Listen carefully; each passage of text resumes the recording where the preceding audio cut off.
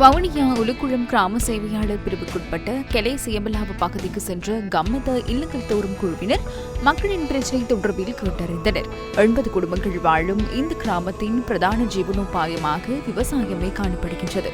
குரங்குகளின் அட்டகாசம், மயில் நடமாட்டம் ஆகியவற்றால் தமது விவசாய செய்கை பாதிக்கப்படுவதாக கிராம மக்கள் கம்மத குழுவினரிடம் தெரிவித்தனர்.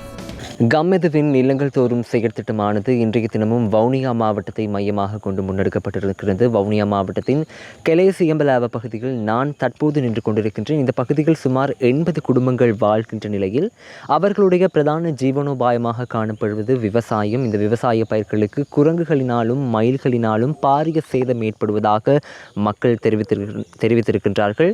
இதனால் அந்த குரங்குகளை பிடிப்பதற்கான நடவடிக்கைகளை முன்னெடுத்து தருமாறு கம்மெத குழுவினரிடம் இந்த பகுதி மக்கள் கோரிக்கை விடுத்திருக்கின்றனர். தொடர்ந்து வவுனியா மாவட்டத்திலிருந்து நான் கமலேந்திரன் நிரக்ஷன்.